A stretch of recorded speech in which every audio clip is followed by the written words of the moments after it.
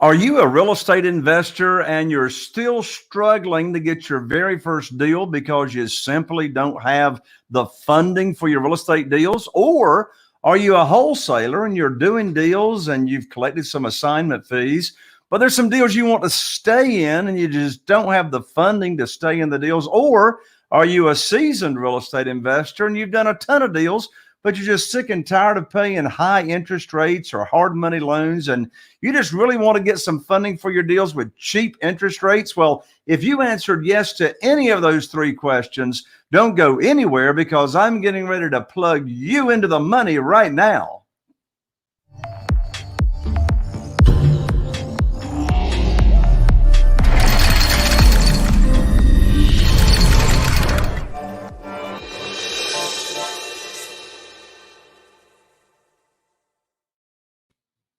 Well, hello and welcome to another episode of the Private Money Academy podcast.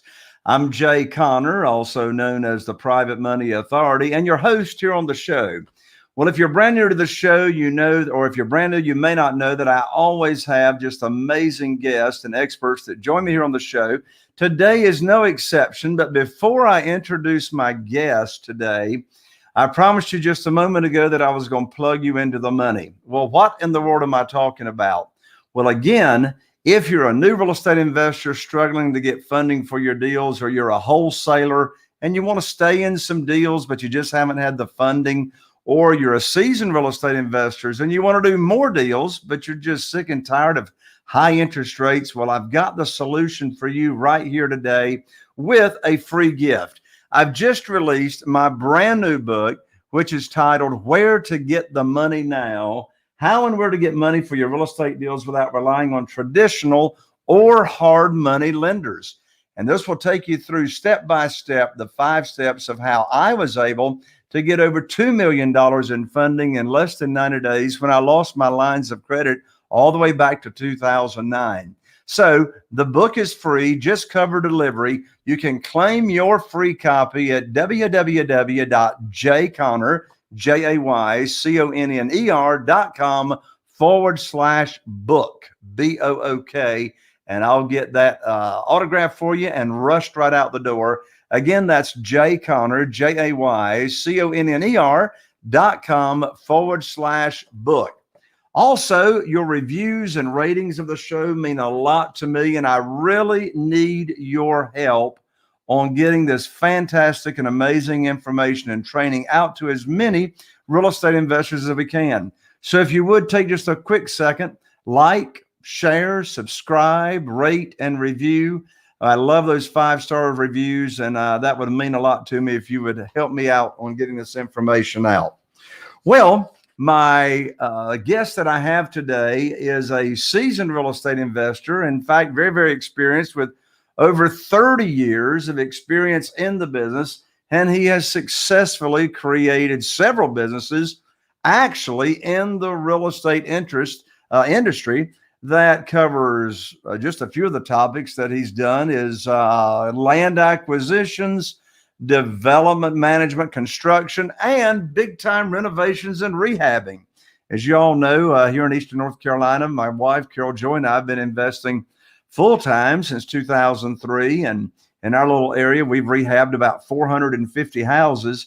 And to have another expert come here on the show to talk about rehabbing and renovations is very exciting to me. Well, my special guest personally owns over 1,000 properties all across North America. And of course, it won't surprise you that he's semi-retired from the day-to-day operations of his business. So he's passionate about helping homeowners and real estate investors overcome their fears of house renovations and rehabbing. I mean, stop and think about it. If you've never rehabbed a house, you probably have got some trepidation and scratch your head about, well, where in the world should I start when it comes to rehabbing and such? And my guest also loves to be actively involved in helping people like you reach their goals. He's been written up all over the place with articles about his expertise. For example, he's been written up in the Los Angeles Tribune, Yahoo Finance, the Ritz Herald, Belmont Star, et cetera, et cetera. So with that, welcome to the show, my friend and special guest, Mr. Van Sturgeon. Hello, Van. Welcome to the show. Well, thank you very much, Jay, for having me. What a great introduction. Who is that guy that you just named off, huh?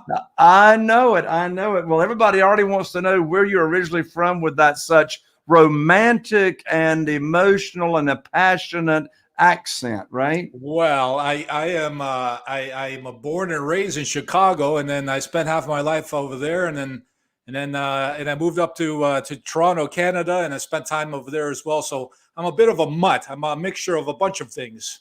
Right. I got you. So you are living now where? Well, I spent half my time in Toronto, Canada, as well as half of it down in Miami Beach, Florida. Okay, so you're back and forth. That is correct. I'm not too keen on the winter, on that snow in the winter, all that kind of stuff. So I like those birds and that they take off, those Canadian geese. I'm one of them that heads down south. Oh wow. Well, are you ready to jump in? I am, sir. I'm looking forward. All right. Well, let's jump in. Well, tell us what got you started in real estate. Well, my story started. I'm a product of the '60s, and I was born and raised in Chicago, as I mentioned. And my parents, we lived in a one-bedroom apartment with my little brother.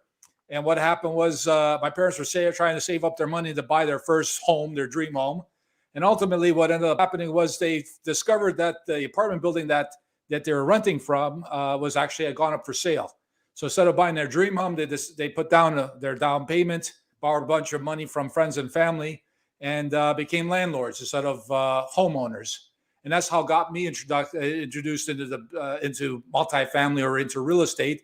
We purchased this apartment building, and what happened was in the late '70s, things kind of changed for the worse as interest rates started climbing 18-20%. The whole Iran hostage situation was occurring at the time. The economy was in the dumps, and this building that we had purchased that was fully occupied all of a sudden we were suffering anywhere between 40-60% vacancy.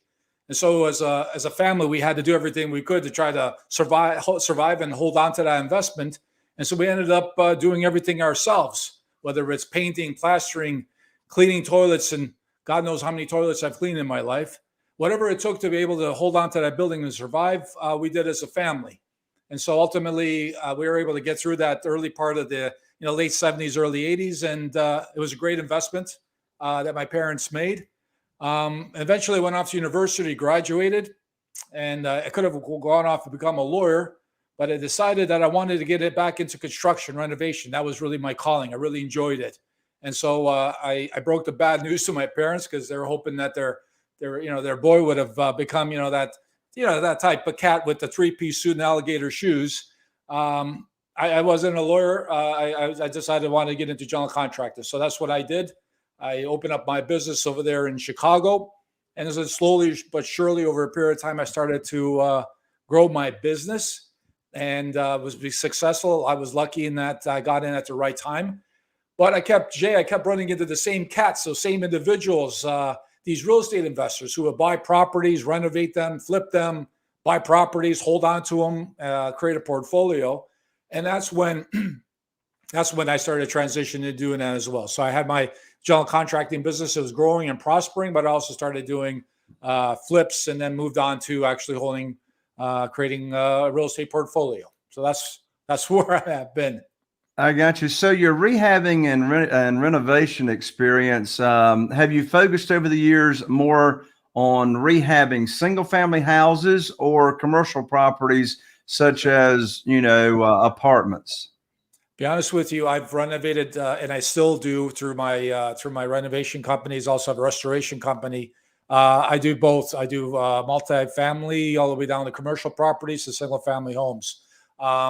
So I have a diverse experience. I've done thousands of renovations on residential and commercial as well. So there isn't really much I haven't done in real estate. Got you. So I know you can speak from experience when I ask you this question, and I know you can speak from observing other people. So when someone's a new real estate investor, from your own experience and from other people you've observed, What would you say the biggest challenges are when they're working on their first rehab? And, in the second part of that question is, where do most people mess up based on your experience? Sure. Well, there's a variety of things that I see new real estate investors mistakes that they make in their first purchase. And look, when we're buying property, we're not buying these beautiful emeralds or diamonds. We're buying diamonds and rough. These are ugly ducklings that we got a great deal. Hopefully, we got a great deal on. And ultimately, we need to infuse some type of renovation, repair, rehab in it in order to raise value. And the ironic part about the whole process is that when you take a property, you literally got to decrease the value of the property by ripping it apart, throwing more money into it to be able to reach back to the least, the very minimum that you purchased it for, but then raise the value. And so through that whole process, there's a lot of fear and there's a lot of apprehension that new real estate investors have, because you're talking about literally thousands of dollars, tens of thousands of dollars being spent. And there's a lot of apprehension through the whole process because you're literally tearing things apart. So one of the things that I find that new real estate investors, one of the biggest mistake that they make is really in trying to, they don't sit down and actually write down what their goals are. What is it they're looking to accomplish with this particular property? You can't go willy-wally all over the place on it. You actually have to sit down and write down what it is you're looking to accomplish. If it's a rental property, what's the rental rate you want to get? You want to get $1,800, $1,200 a month. If you're looking to flip it, how much money are you looking to make out of that flip? You got to write that goal down. And because it is through that goal, the whole process of planning and managing that renovation rehab is going to flow through that goal. And the actions that we're going to take, the steps that we're going to take are going to flow through that goal. So once you establish that goal, we got to go out there in the marketplace and validate it. And often I find these new real estate investors don't go out there to really do their due diligence to find out, if they're looking to rent an apartment out or a house out for $1,200 a month, what is it that's in the marketplace that they need to create or need to do to their property in order to be able to get that $1,200? Or if they're looking to flip it, what is it that they need to do? And you got to get out there. You got to get out there and you got to knock on doors. You got to look at it. And there's some of it you can do off the internet, but you also need to go and visit properties to get a sense of what the neighbor is like and what is it the value you need to put in to your property in order to get to that goal. Once we've been able to do that, the final really thing that I really want to get into with you, Jay, is I find that new real estate investors don't write, they don't get into writing a scope of work. And a scope of work in my field where in the commercial side, there isn't a job that I've quoted on that doesn't have a scope of work written where it details exactly what it is that needs to be done to that property. It specifies the appliances, the coloring, everything that's associated with that renovation or rehab. On the residential side, very rarely do I come across people actually going through that. So that's another huge mistake that a lot of new real estate investors make is they don't go into the minutia and actually detailing what it is they're looking for.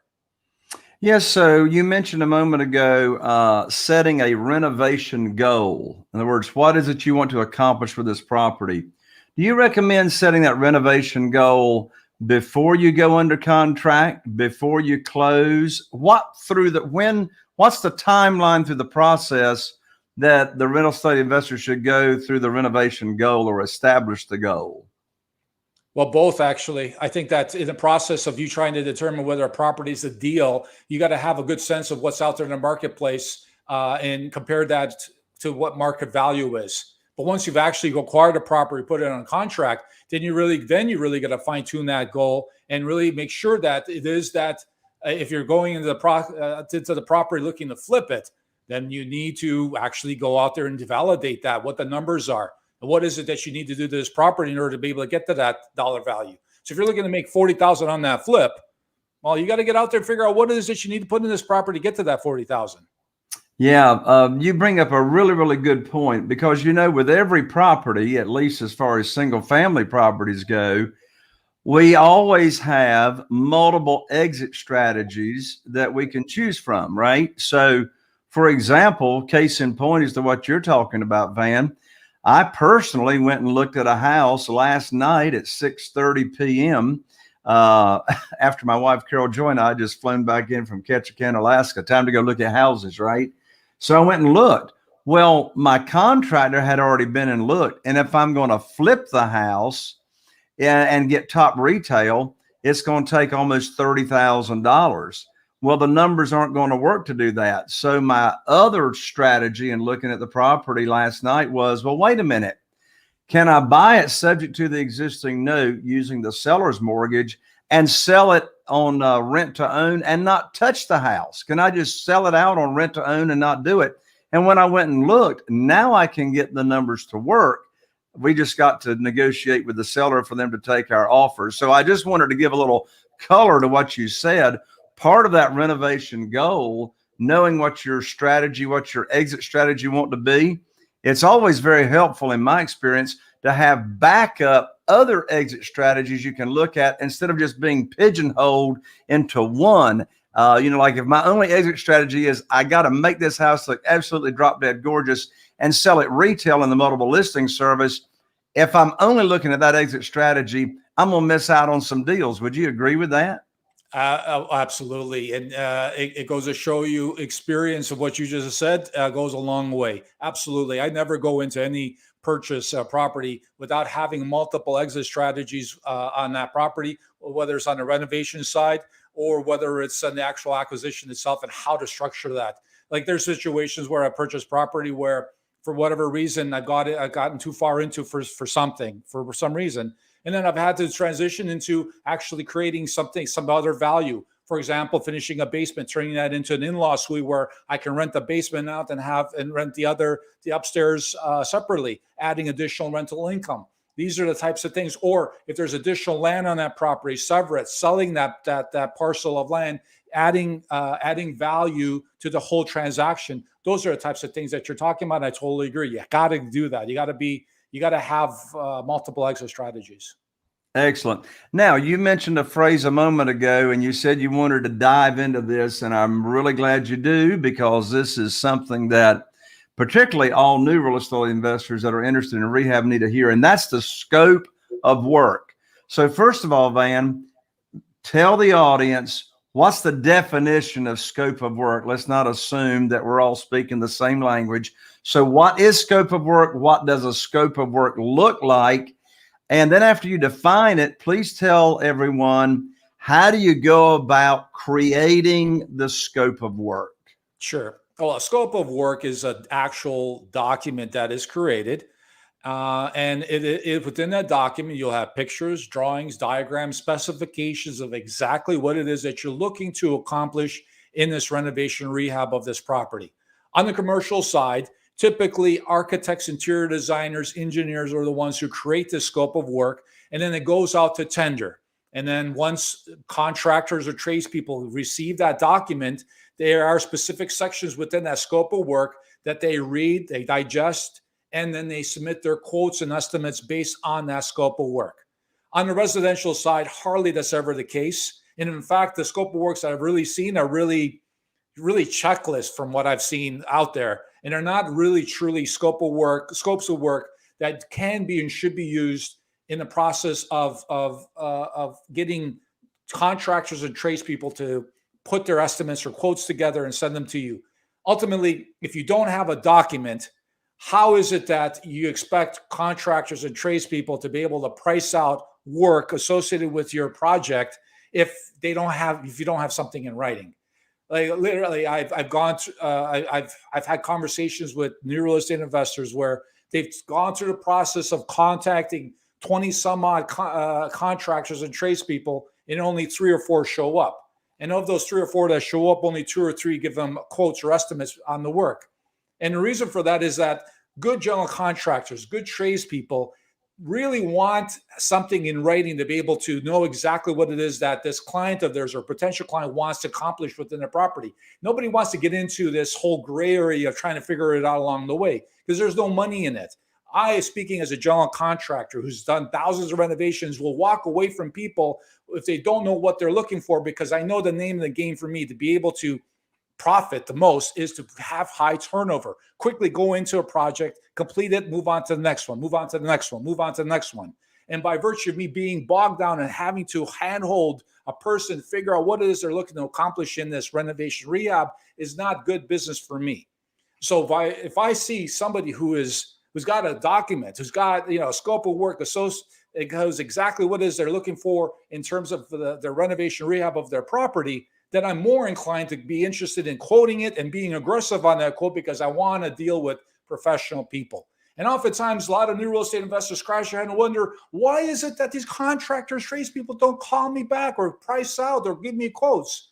Well, because they're busy and they want to deal with, they want to move, they want to deal with professionals. They don't want to waste time holding you by the hand and trying to figure things out. So that's the reason why a lot of people have difficulties, especially nowadays with this heated real estate market. They can't find tradespeople or contractors to quote on their work. So I strongly encourage people to create a scope of work. Now, Jay, you asked me about how to create the scope of work. We don't have enough time to really get into detail how to create one. But it really, you got to go through the process of figuring out what it is that you want to accomplish in the property. You need to do some due diligence with regards to the types of colors and paints and specifications of appliances. You got to put those in. Also, you got to take photographs and maybe do little sketches of what it is that you're looking to accomplish in this renovation rehab. And you put it all together in this document. And you create subsections in that document for the electrician, the plumber, painter, whoever it is that you're looking to have to do work on this property, so they can clearly go to that section, see exactly what it is that they're looking to accomplish, or you're looking to accomplish, and they quote on it. And you'll be amazed at how many people, tradespeople and contractors, will quote or bid on it, because all the information is there. I'm excited to have as my guest today Van Sturgeon, expert and renovator and rehabber of thousands and thousands of properties. And if you're curious about what a scope of work really looks like, my best guess is when you contact Van and his team, they will be able to show you what a scope of work looks like. You can contact Van Sturgeon at www.vansturgeon, V as in Victor, VANSTURGEON.com. Again, that's V as in Victor, ANSTURGEON.com, vansturgeon.com. Now, Van, once the scope of work is put together, you're now ready to put it out for bid. I think we got the cart before the horse. It's been my experience. It's always best to have some relationships in place, or at least some contacts in place, instead of me now having a scope of work and now I'm running around. Where in the world am I going to submit this to, right? So at whatever point in the process, what is the best way to go find good contractors that you want to submit your scopes of work to? Well, I'm pretty sure that you would tell folks the same thing I'm going to tell you, that before you get rolling on this, you've already created sort of your power team, where you create within the areas that you're concentrating and finding properties, do investments. You have relationships with real estate brokers, mortgage brokers, insurance brokers, all those types of people that you need to have on your team. And it's amazing, once you have those relationships with those people, they should probably provide you and will provide you with references of people that they've done work in the past with. Also, Jay, we got these beautiful things called RIAs, these real estate investment associations, a lot of great people in them. If I came across you, I'm pretty sure that if I had chatted you up and had a conversation with you, you would love to be able to share your wisdom and experience that you've had for over so many years, just like how I would. And so these are great opportunities for new real estate investors really to educate themselves, to really create relationships with people who know something, to join these associations. There's Facebook groups. There's a lot of places where, birds of a feather flock together, and go to these places, and you can create relationships. And also at the same time, you will learn, hey, I need an electrician. Do you have anybody? Oh, I'm running into a snag here with a plumber. He's telling me I'm looking to do this. What do you think? And those are the areas. That's where I would start. I would never go to my local home improvement center and stand out there and try to write down telephone numbers or find people that way. That's just the wrong way to go. That's the only way for you to be able to do that is if you're a veteran, if you're an expert, you know exactly what you're doing. Like yours truly, I can pick out people like that, and immediately I can put them on a job site and determine whether they know what they're doing or not know what they're doing. But if you're not at that stage yet, you cannot go down that route. You really should focus your efforts on finding bona fide individuals that'll handle the work, and you'll have less problems going that direction. Absolutely. Back to the scope of work for a second there, Van. When you get a bid from a contractor, um, do you require the general contractor to line item their bid, or are you satisfied with a bottom line? Well, if I have a detailed scope of work, I'm fine with them just giving me a line item. Ultimately, I what I tell people is that I would love to have a general contractor, tradespeople include all of their material and in the price to just give me the bottom line. I don't want to get into going running out to buy a pail of paint for people or a box of tile that they're run short. It's amazing when they look after the material, when they bring it on site, how they're, how efficient they are, and you don't see things sprawled all over a place, loosey goosey, when they're paying for it. So when starting out, that's what I recommend. Once you become experienced and seasoned, then you can turn things around, and maybe you might supply material for your contractors, tradespeople.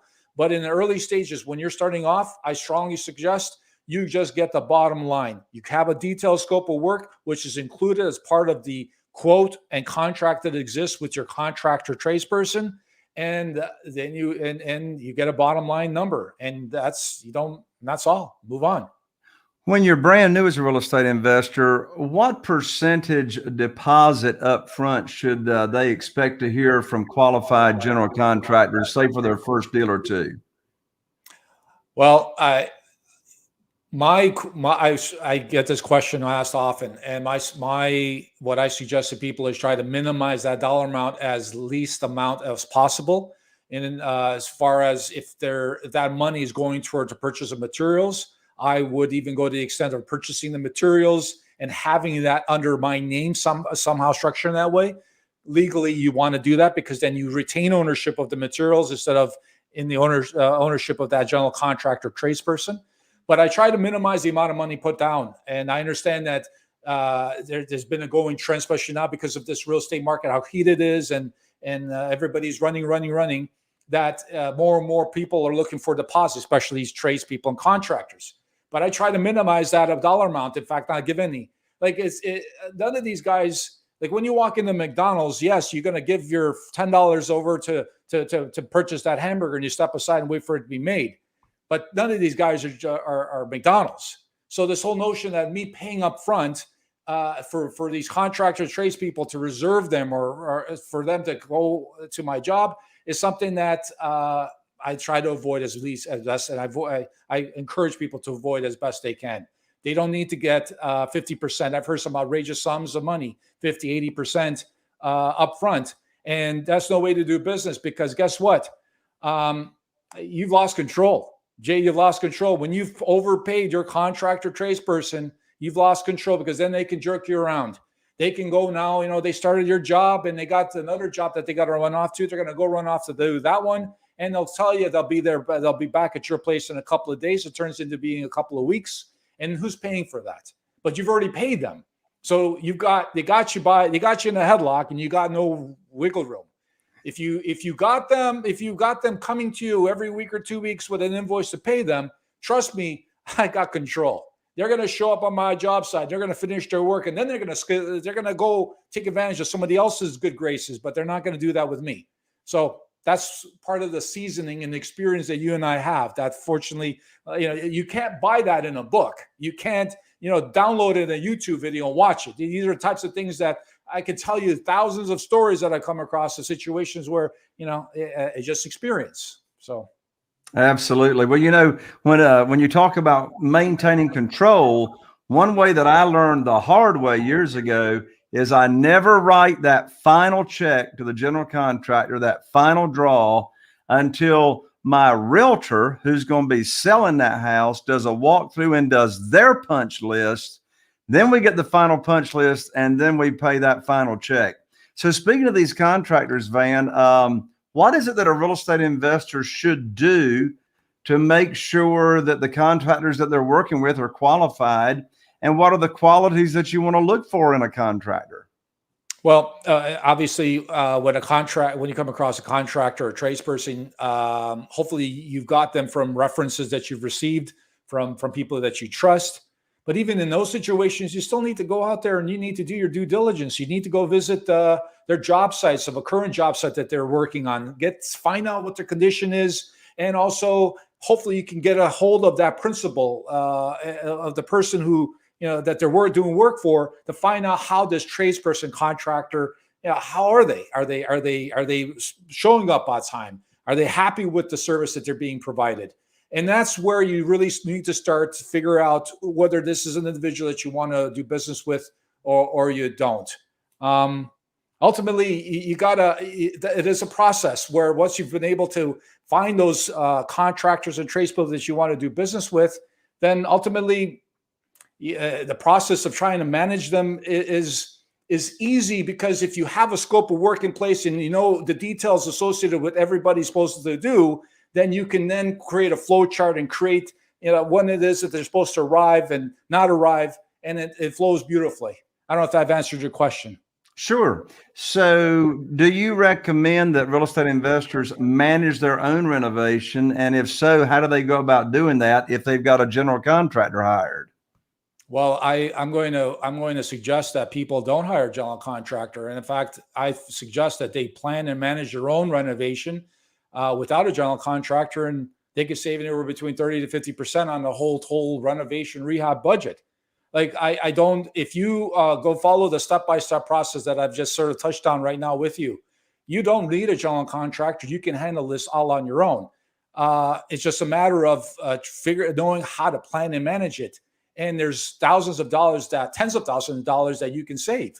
And I think it's, you starting off as a real estate investor, I think you need to go down that road and do it yourself, because not physically do the work, Jay. I'm not suggesting that at all. But hiring the right, the plumber, the electrician, the painter directly, you eliminate the general contractor acting as a middleman, and you're dealing directly with these folks, and you're you get the best bang for your buck.